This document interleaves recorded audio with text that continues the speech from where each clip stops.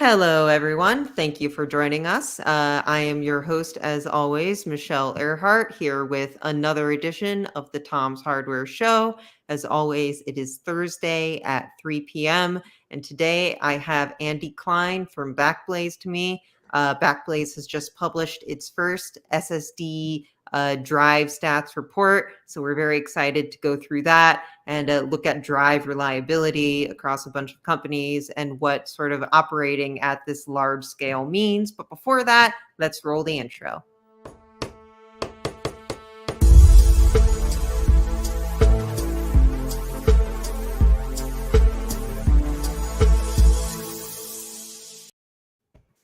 Hi, Andy. Thank you for joining me today. How are you? Oh, I'm great. How are you today? Oh, I'm good too. It's nice, it's bright, sunny day out, which is not something you can always count on, even as we move into March. Yeah, it actually, we're out here on the West Coast, and it actually rained today. Oh, Yeah, which is around here is good a for the little West rare. Coast, So right? yay! Yeah. Yeah, so we were all wandering around in the rain, going, "What is that?" But Is that La Croix coming from the sky? No, but I live in New York, so we get a pretty decent amount of rain. So it's nice to have the sun here. yep. But weather aside, I'm glad we're both having a good time. But you are here from Backblaze to talk to us, Andy. If you're not aware, audience, Backblaze is a cloud storage company which has like massive banks of hard drives and SSDs, and sort of as a service to the community, regularly publishes data on how its various drives perform and collates it by company and model number, which is really interesting to see because it's sometimes difficult to get sample sizes that large. And Backblaze has just published its first SSD data report that focuses specifically on SSDs. Looking through the report, it's had SSD data in its like downloadable charts since like 2018, but this is the first like written report focusing on SSDs, which is really exciting. So this is coming from my mouth, but Andy, you are the expert, obviously. Can you share with us a little bit about like who you are and what Backblaze does and why this is interesting or significant? Yeah, sure. So I've been with Backblaze for about 10 years now. Started in marketing there. I think it was the first marketing hire, so yay. And we helped build up the organization, obviously brought on people as we went along. And over the last year or so, started something, worked on in the evangelist group. And that's what I kind of do now. But along these hard drive stats, and Backblaze is all about storage, cloud storage. All right. And we do it in two different flavors. One is basically an online backup or computer backup or cloud backup or whatever you want to say, product that we have. And we've had that since we started 15 years ago. And that's basically installed on your PC, your Mac, and it automatically scans your systems and backs up all of the data to our data center. And then when you want it back, you just ask for it, right? And then about 2015 or so, we decided to open up that storage into something we call B2 cloud storage. And so now you use an API or a command line interface or the UI or a third-party application that uses one of those to install, to put your data up there. Those are the two things we do. And we've been around, like I said, about 15 years. Back in November, we had the pleasure of going public. So that's pretty cool. But like I said, we've been doing these reports now for hard drives regularly since about 2016. And then we looked around and we said, hey, we do have this SSD data because we just started using SSDs in 2018. We use them as boot drives on the servers, and they do a lot more than just boot those servers. They actually regularly store log information, access information. So they're always in a regular day reading some data, writing some data, deleting some data. It's pretty typical. And all of them are treated the same. We said, well, we should probably publish what we have on that as well. And we tried to do that in comparing it to the HDD versions of boot drives as well. And it actually got, in my opinion, kind of confusing. So we decided to pull out the SSDs themselves and just say, here's what we know, and go from there. Oh, sorry, I was muted. Awesome. Well, thank you for sharing that with us. I'm going to go ahead and pull up the report so we have it here, and we can go through the different, takeaways and different charts and stuff that you have. Yeah. But before we do that, I do have a couple of questions. So you actually kind of answered my first one, which is like, it's your first time publishing SSD only stats. What led to this decision?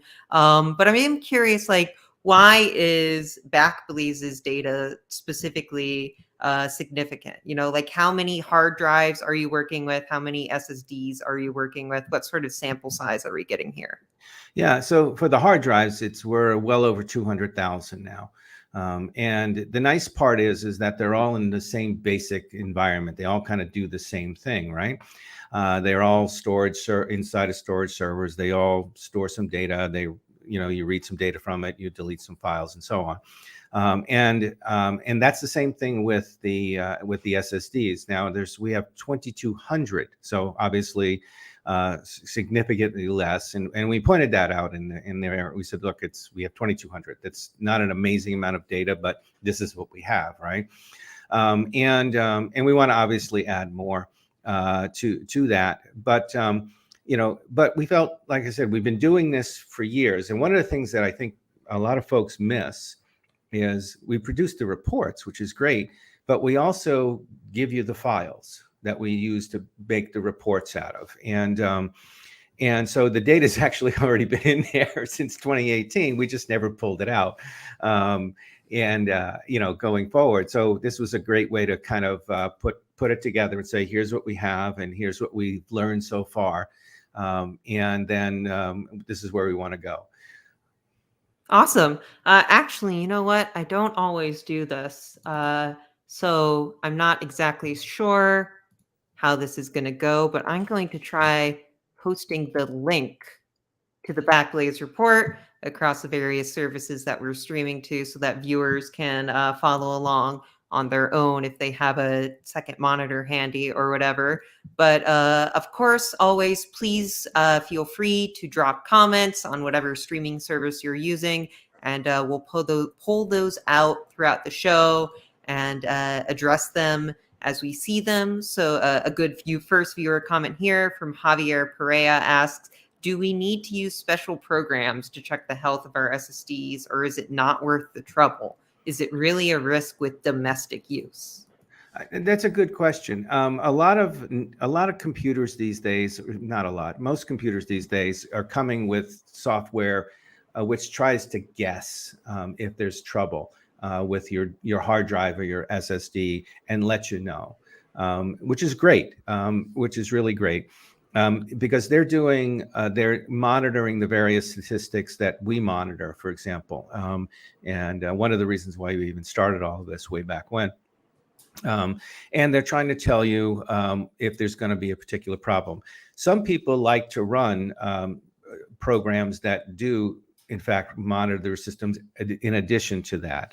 If you want to do that, that's great. But I think if you are just, Joe consumer, and you want to know what's going on, your system will probably tell you. If it's a hard fail, and what I mean by a hard fail is nobody saw it coming, then nobody can predict that. But for the most part, just listen to your computer, and you should be fine. Great. That actually brings me to a good question, because you mentioned Joe Consumer here, and something that I like about this SSD report, as opposed to the HDD reports you do, is that the hard drives, because you're a big cloud storage company, they're very large hard drives that, some people might not be likely to want to buy or to have 8 terabytes, 16 terabytes or whatever. But with these SSDs, they're a lot more sort of consumer friendly capacities. You have 500 gigabyte ones, 250 gigabyte ones. This one is 2000. But this is something that I could actually see myself maybe potentially buying. Right. So digging into this report right now, I have your failure rates chart here. I Mhm. know that for every report you do, you talk about what the key takeaways are. We obviously have some very large numbers here. I'm trying to circle around it with my mouse. But yeah, what are the key takeaways from this report? Well, the first thing is obviously it's the first one, and here's all of the data. Okay, and then we actually spend in the section below that I spent some time talking about exactly that. Hey, there's some numbers on here which are kind of scary. Don't let that influence you, and I explain why, because in both cases, we just don't have a lot of time on these systems. There's and I explain that it's either the number of the drive count or the number of days these things have been in operation, and so one or two failures skews everything really crazy. But I don't want to leave that out either, because it's not fair and because it's in the data. So you want to make sure that you say, look, here, I'm not hiding anything. Here's everything. Let me explain to you. Let me treat you like adults. And this is why it says 43.22%. And oh, by the way, if later on, I think we go into it and we take a look at what's called a confidence interval, and it's crazy wide. It's like from 0 to 43,000% or something like that.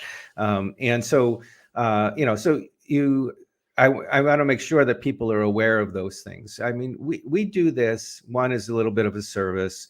And two, there's just not a lot of information out there. When you go shopping, maybe you read the side of the box. If you get online, maybe you read the specs. If you start reading all of the reviews, good luck with that. Because one bad experience for somebody is not necessarily representative of the millions that they make. And so we just try to do this to add to the dialogue. And so the first one here with the SSDs, we obviously 2200 drives is not going to change the world, but it's here's what we got, and and here's what you can learn. And then you can decide how much or as little you want to pay attention to it. With the HDD ones, we have people who regularly tell us they read them each time and they make decisions, or at least it factors into their decisions about the kinds of things they would like to buy, and that's great. And your point about the size of the things, I actually never really thought about that. So that's I pretty mean, some cool. people are setting up home servers or whatever, Yeah. but like I feel like on a personal computer, I don't really need more than like 2 terabytes of hard storage. Mhm. But like a 500 gigabyte SSD is well within something that I would install on a personal project. So Yeah. it's cool to see these capacities going forward into future reports. I do have one quick question. We mentioned that, this is limited by sample size, 2,200 SSDs overall. And I do want to get into that, how that affects your testing methodology. But like with this one SSD that has a 43.22% failure rate, it has 2 drive failures. You said there were only 20 drives installed, Mhm. 2,200 overall. I see 21 drive failures total. How Mhm. does that sort of number add? I guess, how does 2 out of 20 create 43.22? Oh, it a little bit further down the page. There's the formula we use. Is it right there? There it is. What we call annualized failure rate. And that's the math we use, and we've been using that for years. We talked to a number of folks in the industry. We talked to some statisticians out of UC Santa Cruz, and said, here's the dilemma we have. We don't want to use count because count is only good for the day you're doing it. And so you can't annualize a count unless the count is consistent across the entire period. And in our environment, that's just not the case. We add drives all of the time. We add new computers all of the time.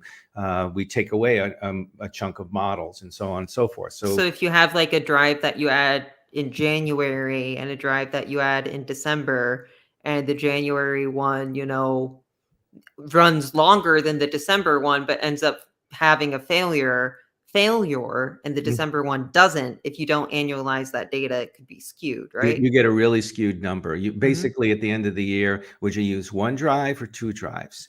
And in your instance right there, you would use one. Well, now you're attributing, and so your failure rate is 100%. That's not really true. You had a drive operate for 11 months or whatever. And so we use drive days. So that's Mhm. just basically a drive day is, a day a drive is in operation. And then you just add it all up for the particular cohort of drives that you're looking for, and then annualize it as the formula does, and that works. That works really well, and it allows us to have the type of environment we have and report appropriately for it. So that's why you get that big number, because I think in the case of that particular model that they came in December, or Okay. something like that, and so they were basically installed for like 2 or 3 weeks, and a couple of them failed, and so that's a little unusual to have a couple of drives fail early on, but it's not out of the ordinary. And for the rest of their life in our environment, the other 20 may operate perfectly. Great. And so you don't want to penalize them right off, but again, you don't want to omit the data as well. So they got a little work to do to catch up. But, So I guess that sort of leads me into like a big like, what is the viewer take away from this aside from going, huh, neat? And I don't want to get you in trouble. I know that obviously you're a cloud storage company. You probably work with these brands or whatever. But are there any? I know you have a bunch of Seagates on here. Mhm. I've seen a bunch of Seagates on your hard drive ones as well. Are there any like SSD brands that you would particularly recommend, or any that you would suggest viewers avoid, or different purposes that you would suggest different brands for? Like, how do you think this would affect people's purchasing decisions? At this level, there's certainly nothing on here I would avoid yet. Okay, there's just not enough data to say, hey, don't do that. There's a couple of models there. I can't. We picked them out. That have a reasonable, what we call confidence interval, and we'll do that in a chart later on. We have that in there. There we go. Well, actually, what is a confidence interval? So basically, it's a statistics thing, right? Where it basically takes all of the points that you have, and it says at a 90, we use 95%. So 95% of your data is going to fit inside there. Okay. And then it calculates out the lowest chance of that happening, and then the highest chance of that happening. And that's kind of what it is what it's saying. So there's that example, that very first one, 43% 0.22 APR. Okay. But your confidence interval is 1% to 10,930. So that's too wide. Okay. That's crazy wide. We look for numbers, and it takes more data, more time, and so on to get it. But you're looking for a number at least with no more than 1% between the two. We really like numbers like 0.6, because then you're really pretty solid about how you feel about that drive and the number you're reporting. So, and there's a couple on there. There was one on there that was, it was the Seagate. The one we have is 300 gigabytes. Down a little ways. The 300 gigabyte one. Okay. Yeah, 300 gigabytes one is like that confidence interval is a little less than 1%. So that's kind of cool. That probably means that we got enough data on there. And that's a nice low number of annualized failure rate of 0.36%. That's a pretty good one. Okay. I don't like to recommend drives and stuff like that. Andy Klein says seal of approval kind of thing. But because I want the data to speak for itself. The other thing is we are missing a couple of, with this company called Samsung. They make drives from time to time, right? Samsung's a very popular drive company. Right. You might not have heard of them. I'm not kidding. And they make drives as well. And so, and we don't have any in this type of environment. So you have to take that with a grain of salt. Hey, I've really heard good things about Samsung, or whatever the case may be. Oh, those Seagates look good. I wonder what the deal is. And I'm going to guess, without knowing, that the Seagate's probably going to be less expensive. All right. And then you're sitting there deciding, do I want to save $20 or $40 or whatever the case may be? And maybe I go with the Seagate. Okay. But that's all, that's the kind of thing that we want to at least give people the opportunity to think about. And by the way, you're not going to go wrong buying a Samsung or anything like that. And I always kind of skew a little bit towards, paying for quality. That's on a personal level. But the business we're in, okay, is all about drive failure. Okay. It's about failure on your end. And we have to deal with failure on our end. And that's where all of this came from. I mean, we started this way back before we started reporting it. We were actually monitoring the numbers and the statistics and all of that come off of drives, and using it for our own purposes. Because if we can get a drive out of our system before it hard fails, okay, and we all know what that's like. If I can get it out while it's still squeaking, so to speak, okay, I am ahead of the game because I have an opportunity perhaps to recover data from that, and I don't have to worry about losing potentially data. Now we're not in that. We don't lose data because of all of the different redundancies we have built in. That's what we do, but we like to get a head start. And so back in, I think it was like 2013. We decided to start keeping this data. We were basically keeping it for like 30 days. And then we started keeping it forever. So we have data going all the way back that far, right? And that's really cool.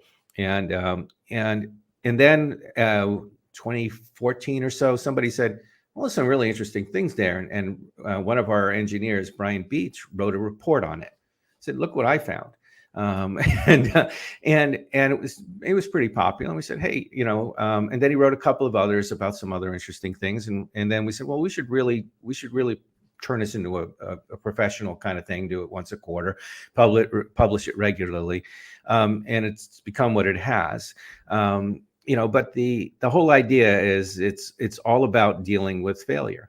Thank you so much. My next question was going to be like, what led Backblaze to like wanting to make this data public, and like what the benefit is to you as a company, or whether you see this mostly as a service you do.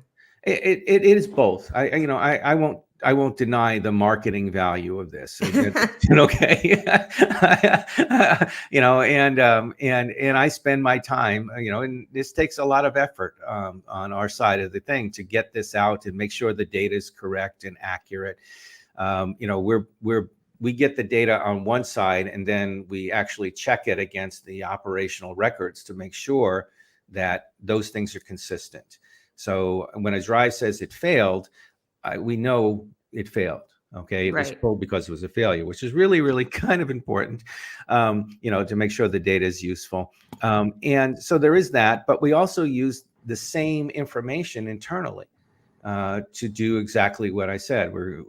Hey, that pull the drives before they die, pull them before they die, and so that. And that's a great thing to do because, you mentioned larger drives earlier. Large drives take forever to rebuild when you put them in a RAID array, okay, or anything like that. And who backs up the backups? Well, again, all of our systems are built to deal with all of that, right? Oh, I'm sure. But if it takes 2 weeks to rebuild a drive that you just got out of an array, and I'll use RAID array, even though that's not exactly what we do, but it's the same concept, right? If it takes 2 weeks, and if I can take a drive out before it fails completely, okay, and I can clone 70% of the content off of there and get it back in a day, okay, I just saved myself 7-8 days, maybe 9 days, all right, and to get that system completely performant again. And that's really important to us. The other thing is when we pull a drive like that, we always run it through a battery test on the back side, because the manufacturers want to know what's going on. And we're right, that drive is on its way out the door. There's something called smart stats, which most people aren't terribly familiar with that all drives produce, right? And there's it's a quasi standard. It is a standard, but the manufacturers kind of almost maybe sometimes follow it. But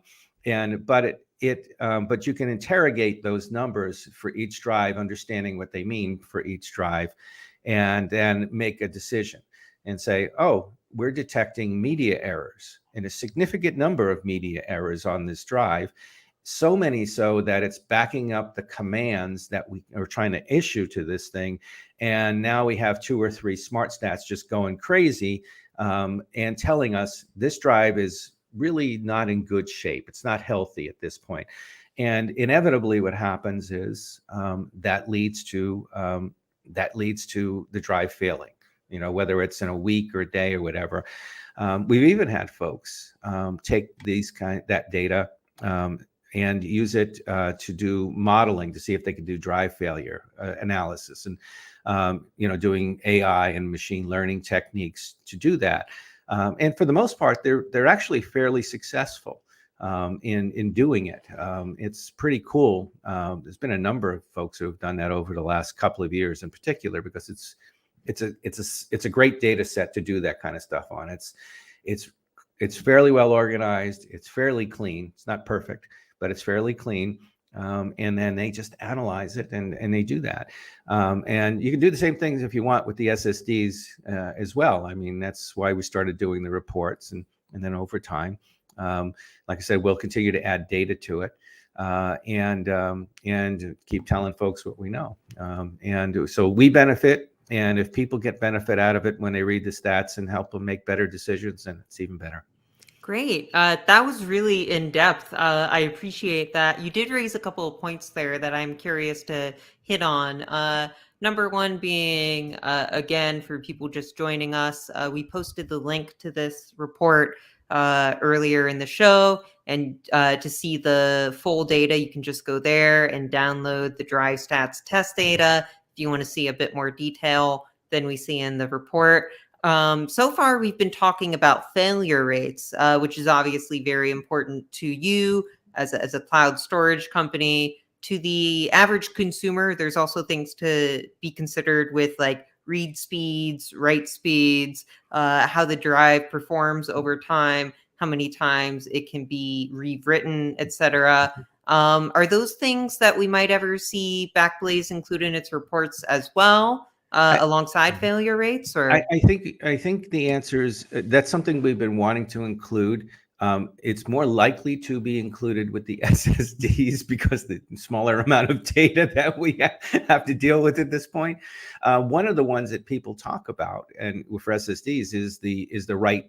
There's a limited number of writes. Now it's a pretty high number, okay, but all of those have some number of times where at some point it just wears out. So what does that mean in our environment? Okay, what are we going to see? And all of the drives that we have in this list report statistics, the smart stats again, related to those numbers. So how they do, and they report. Smart stats are come in 2 things. They have a raw value, 7, 22, whatever, 10,000. And then they have a normalized value, typically 0 to 100, but doesn't have to be. It just depends on the manufacturer. And we want to dig in and start to see how those things wear, because that's really what you're looking at. And then see if we can correlate that wear to failure, for example. And with a couple of thousand drives, it's a whole lot easier analysis to start doing. So that's kind of, some of the things we can plan to do. At some point, we might even go back and try to do that with the hard drives, because, it's an interesting thing. Hard drives spin 24/7, right? They're just working. That's what they do for a living, right? It's different than your computer at home. You sleep sometimes, right? And so it's the operating environments are different. right. That was actually going to lead me to my next question, which is like, how applicable is what Backblaze does to like our viewers, to the average computer? Well, it's You a good know, question. how does your service work as opposed to like OneDrive or whatever? Mhm. How do you operate? Well, so obviously, the drives we use in the data center are basically operational 24/7, right? Your home computer, okay, like I said, you might use it. You know, you sit down and you start working, and it's working. It's doing some stuff. It's putting some things. And for a home user, it's fairly light. Okay, the comparison is it's a drive, right? Um, we also have in our environment, we take care of our drives. We're really nice to them. Okay, we put them in a nice box, and we bolt the box in, and then we put air conditioning on them, and we keep them nice and He's listening to comfy. his favorite music. Don't open the Exactly, you window. know, the whole 9 yards. Whereas Mhm. you were sitting there and you take your laptop and you fling it across the room and it lands on the couch sometimes, and, you know, and then you have your desktop sitting there and you haven't cleaned behind it in 100 years, and you know, and there's enough dust there to choke a horse. The environments are not perfectly matched, right? Now, when you start to get into that little step up from just your personal computer to now I have a Synology or a QNAP box or something like that, or now I'm building my own media server. Mhm. And as there's that whole class of folks who love to do those kinds of things, I that's where you start to get a better match, right? My boyfriend's got his media server in the other room. I understand. Right. And I wouldn't be surprised if it's modeled after our storage pods, but that's um, but that's a better fit for kind of our environment, because you're gonna have more drives in there. You're probably gonna have them rated out.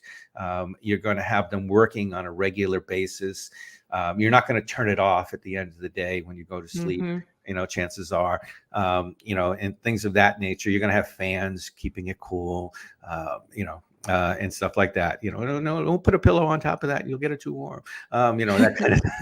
So I assume that's another reason why some of these failure rates might be so high. Obviously, you take care of them, but they're running more frequently than They like do. the typical person probably runs them. Like Well, typically, I don't buy a drive thinking that it's going to die. I buy it thinking, oh, it might be slower than I want it to be. no, and that's so the criteria. I can't remember one of the posts or a couple of the posts we did. We talked about the decision one between do I buy an HDD or an SDD and what kinds of things you need to consider, right? And then the other one is what are you going to just in general? I'm going to buy a drive. What am I going to use it for? And if I'm going to buy a drive and put it in an external system, right?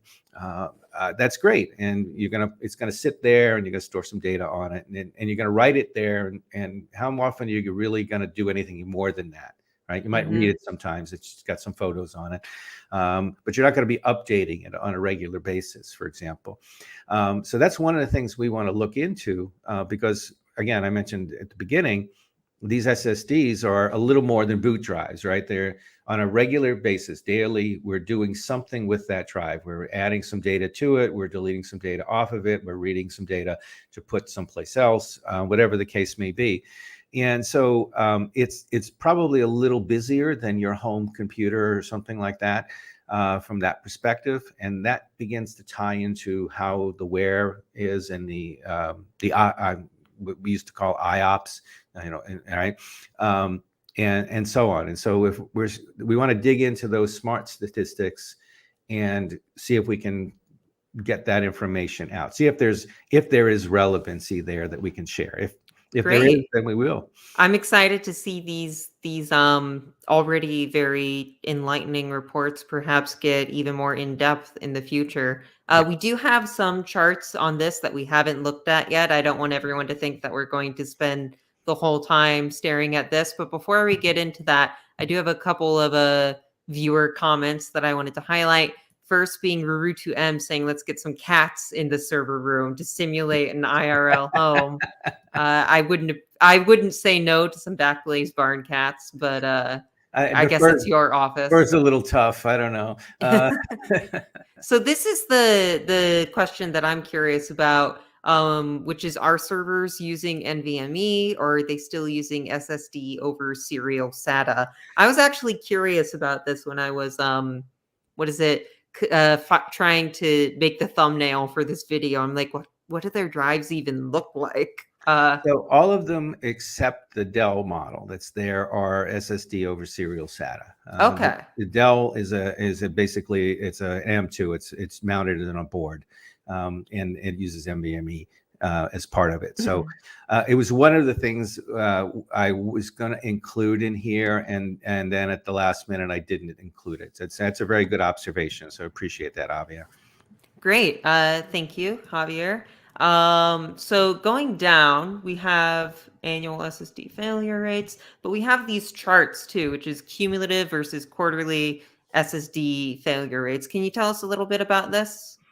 Yeah, we monitor our drives on a regular basis, and so but here I just broke it down by quarterly, and it's much easier to see. And we do it two different ways, and it sounds silly, but one is just quarter to quarter, which is the blue chart, right? So everything that happened in this quarter, and then compared to everything that happens in the next quarter, and so on and so forth.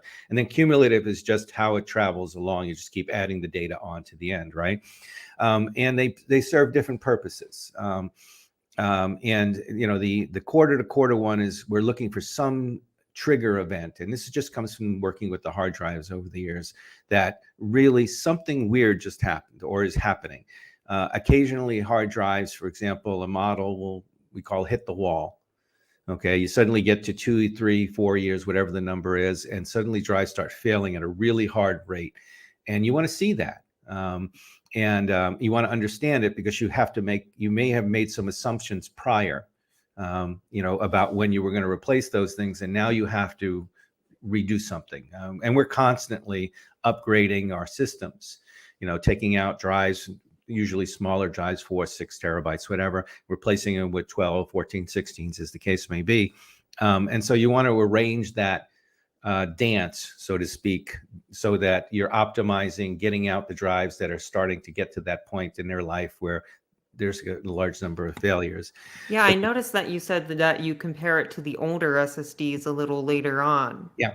Mm-hmm. Yeah, I just arbitrarily picked 3 out that had been around for a while. These had been around the longest time, and I one of the things we've looked at over time is what's called the bathtub curve, right? Drives, just like any other electrical or mechanical component, should fit into the bathtub curve. It's pretty typical. A lot of some failures early on, infant mortality, it's typically called, right? And then it settles into a period where there's low levels of failure, and then the drives start to age out and it goes back up. It looks like a bathtub. But in the hard drive world, especially with the larger drives, we were seeing that front end of the curve went almost completely away. They weren't failing early on anymore. And there's a number of reasons that could be the case. I kind of think it's the manufacturers doing a little bit better job at QA before they ship them out the door. But that's just me. And I wanted to see the same thing here, if the same thing was here from SSDs. We saw it with one model, the red one there, the red one, where it seemed to have that early failure rate and then it settled back down, but the other two don't. Now, there's what is that saying? Well, it's basically saying it's a little inconclusive at this point, right? We don't understand. We don't have enough data at this point to decide if SSDs fail in the bathtub curve or not. And then the other thing we've done with the hard drives, or starting to do with the hard drives, is we're starting to look at life expectancy versus failure rate. And it's just the other side of the coin, which is really, but most people think that way. Okay, if I buy this today, how long will it last? I'm going to buy a washing machine. How long will it last? It will last 4 years. And if it lasts more than that, you feel good, right? And so we're starting to look at the hard drives the same way. It's actually not what we need, but it's what a lot of folks externally want to see. We want to do the same thing with the SSDs and get that sense. So, so one is to understand the failure curve. Okay, is it a bathtub curve? Is it a hockey stick? What is it?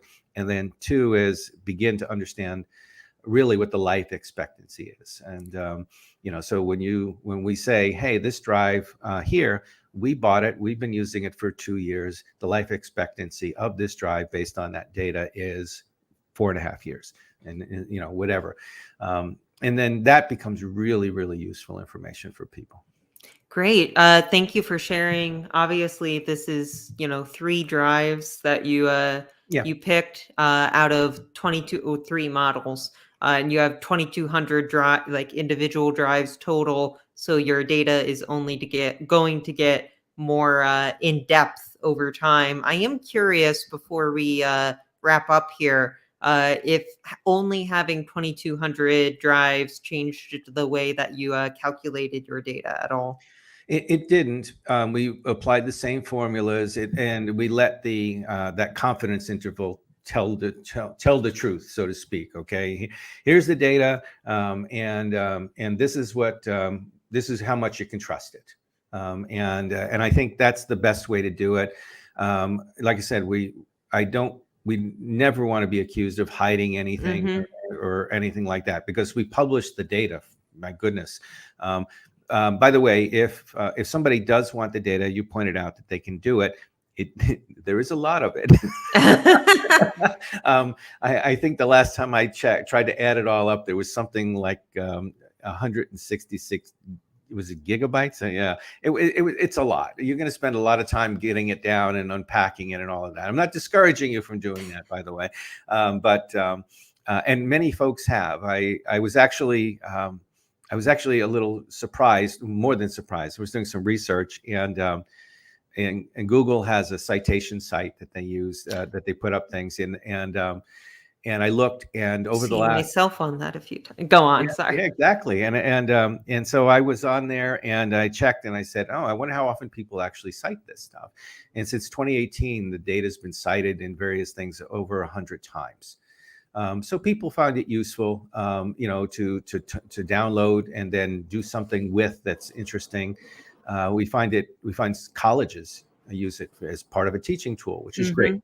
And like I said, a number of folks have done it, done various machine language and AI type of modeling with it to see if they could do predictions. And that continues. I was just talking with a company just recently who's really interested in doing that some more. So that's really what the cool part is when you tell me that some kids using my data to learn how to do statistics better, that's fun. And that's I was thinking, looking at this chart, especially, that's a great way to you talked about your own people using AI to maybe plot out the future, but this is a good way to look at trends over time. Look at trends over time. There's nothing better than a good graph, and again, lightweight data here, but it gets to the point where these things are all about the same at this point. Okay. And if we started seeing something going wrong, okay, I think it's, then we pay attention. Andy, I think you just created the perfect tagline for our show, which is "There's nothing better than a good graph." The Tom's Hardware Show. You can cite me as appropriate then. So I think that you've shared some great insights with us, and I think most of the end of this report focuses on what's next. I think you've done a pretty good job of laying out what we might see in the future in these kind of reports. But before we go, I do have one viewer question that we've talked about over text before, but I thought I'd bring up for us to talk about live, which is, have your drives or drives in general been impacted by crypto mining on SSDs? Last year we saw the rise of Chia Coin, which is a storage-based crypto thing that tries to be green or whatever. My viewers will know that we have expressed various thoughts on crypto on this show. I don't know how appropriate that is to a cloud storage company, but I'm curious what your thoughts are. There's actually a couple of different things that are interesting, right? One is, hey, could we get SSDs, right? Now, the good part is, and you pointed this out, we're using relatively small ones, and that's not what those guys were going after. They were trying to get the giant ones because that's the ones that made sense, right? So we didn't run into a problem with acquiring SSDs. Where we, and I don't think it was a problem. What was happening was people were storing their systems, their data out on our system, which is exactly what we want them to do. But then they were attempting to use our system to when the I can't remember all the particular terms on it now, but when they were asked to see if their system matched, they had to go through all of that data that all of their son of a gun bingo sheets, whatever you want to call them. I'm not a huge Yeah, expert on this crypto fan, right? specifics of storage-based crypto. Yeah, and we did a couple of posts on it and blog posts on it. We talked about, this isn't the best use of cloud storage in general, because you're really looking at a transaction-based system that's time sensitive, plotting, point, right? So they had to go through the plots and in order to validate whether or not that plot met whatever criteria is, so you could collect, right? And we talked about that, and we talked about how about the impact on the systems, not our systems in particular, but your systems, and the fact that what was it really costing you to do all of this? You were gonna collect $300, and you had to spend $15,000 on hardware, and you were gonna wear it out in less than a year. There were all kinds of interesting things that made it fun and interesting and everything like that. But that was the whole thing with Chia and all of that. And crypto in general, we don't see any impact. People store, they store their wallets out with us, or their blockchain out with us as a copy, which is a smart thing to do. So that's always a great idea. So you didn't see any impact on supply. You said there were two other things to discuss. That was the other part. Okay, of it. gotcha. Yeah, cool. Thank you. So I think we've gone through most of my questions. We don't have new questions from the viewers. So before we leave, Andy, is there anything you didn't get a chance to discuss that you would like to discuss? And where can our readers see more of this kind of data? Well, we took everything we do, obviously, we put on our blog. So you can come visit the blog, and if you do a search on Drive Stats, for example, it'll bring up everything we've ever done and then some. And then Smart Stats will do the same kind of a thing. So, so always do that. I always encourage people to, if they have comments, ask. If you think we can do something better, especially with this SSD data. We're just at the beginning of all of that, and we're looking forward to anything we can get, any comments, because it help us out a little bit, about what you'd like to see.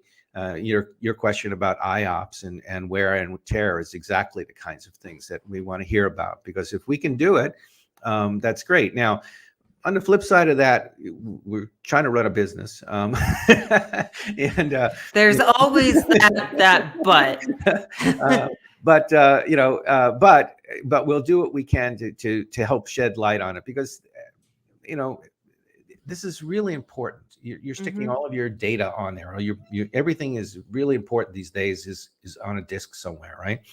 And you need to having a little bit more visibility about that is really, really important. And if we can help with that a little bit, then that's a good thing. Awesome. I know you were talking before the show about how you have the capacity to become a competitor for us with all the testing you do, and maybe become your own media site. So we'll have to watch out for that. Yeah, you're doing fine. I really, really enjoy reading your stuff. Well, thank you, Andy. We really enjoyed having you on the show. I don't know why I used the royal we there. I really enjoyed having you on the show. Thank you for joining me. I appreciate all the insights that you gave us today. And as to our viewers, please, as always, join us next Thursday at 3 p.m. for another edition of the Tom's Hardware Show. And for more drive data stats, I used the wrong layout, excuse me, go to backblaze.com and look at the blog. Until then, I will see you next Thursday. Bye, everyone. And thanks again, Andy, for joining me.